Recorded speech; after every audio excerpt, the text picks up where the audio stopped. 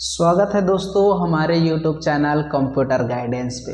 आज हम सीखेंगे माइक्रोसॉफ्ट एक्सेल का मेन्यू के अंदर जो अलाइंसमेंट ऑप्शन है। जैसे होम मेन्यू के अंदर एक ऑप्शन है अलाइंसमेंट टूल्स, इसके बारे में हम चर्चा करते हैं। तो चलिए स्टार्ट करते हैं। तो अलाइंसमेंट ऑप्शन का अर्थात क्या है? किसी भी टेक्स्ट को सेल के अंदर व्यवस्थित करना।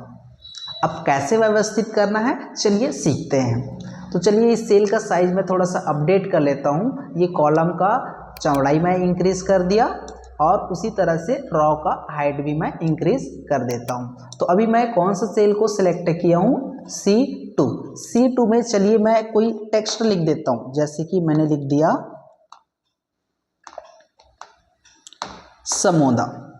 समोदा शब्द लिखा हूं। अब ये समोदा शब्द मैंने सेल के कौन सा हिस्से में लिखा है? तो सेल का कितना हिस्सा होता है वो चलिए हम चर्चा कर लेते हैं। सेल का ये भाग होता है टॉप मतलब ऊपरी भाग, और एक भाग होता है निचला भाग।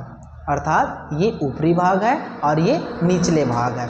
ऊपरी भाग को बोला जाता है टॉप और निचले भाग को बोला जाता है बॉटम, और मध्य हिस्से को बोला जाता है मिडिल, और सेल के इस वाले हिस्से को बोला जाता है लेफ्ट, और ये मध्य हिस्से को सेंटर, और राइट हिस्से को राइट या दाएं हिस्से को राइट बोला जाता है। तो चलिए अब हमको सेल के अंदर जो टेक्स्ट है उसको कहाँ पे व्यवस्थित करना है? कहाँ पे व्यवस्थित करना है? ऊपरी हिस्से में, निचले हिस्से में, मध्य में, लेफ्ट में, राइट में, सेंटर में। तो चलो ऑप्शन के माध्यम से सॉल्व करते हैं। तो पहला ऑप्शन देखिएगा, ये ऑप्शन है टॉप, मिडिल और बॉटम। अर्थात ये टॉप करेंगे तो ऊपरी हिस्से में जाएगा, मिडिल करेंगे तो मध्य हिस्से में रहेगा, और बॉटम करेंगे तो निचले हिस्से में रहेगा। फिर उसी के नीचे में है लेफ्ट, फिर उसके बाद है सेंटर। देखो टेक्स्ट हमारा सेल के सेंटर में आ गया, बॉटम सेंटर में मतलब निचले हिस्से के सेंटर में आ गया। उसी तरह से राइट किया तो बॉटम राइट में आ गया। अगर सेल को लेफ्ट में करना है, टेक्स्ट को लेफ्ट में करना है तो लेफ्ट में क्लिक कर दीजिएगा, लेफ्ट में आ जाएगा। ये ऊपरी हिस्से में भी ले गया, ये मध्य हिस्से में रखा, और सेंटर में करना है तो ये सेंटर में आ गया। फिर उसी तरह से एक ऑप्शन और दिया है ओरिएंटेशन। ओरिएंटेशन बोलने से क्या तात्पर्य है? टेक्स्ट का डायरेक्शन।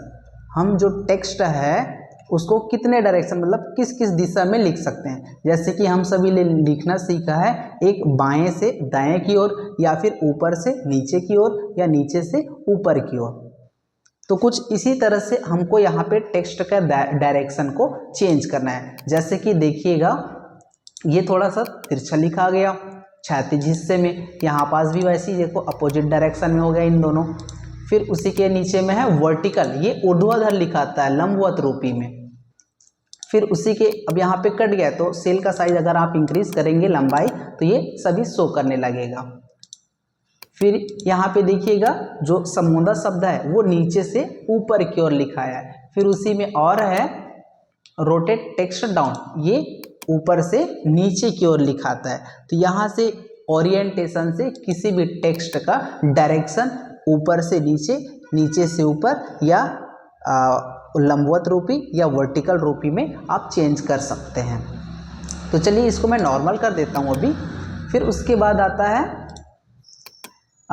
डिक्रीज इंडेंट और इंक्रीज इंडेंट। इंक्रीज का मतलब होता है बढ़ना और डिक्रीज का मतलब होता है घटना। अर्थात पैराग्राफ या कोई टेक्स्ट को आगे की ओर बढ़ाएंगे तो इंक्रीज करेंगे, देखिए इंक्रीज हो रहा है हमारा टेक्स्ट, और डिक्रीज करेंगे तो किसी भी टेक्स्ट या पैराग्राफ पीछे की ओर डिक्रीज होता है, घटता है।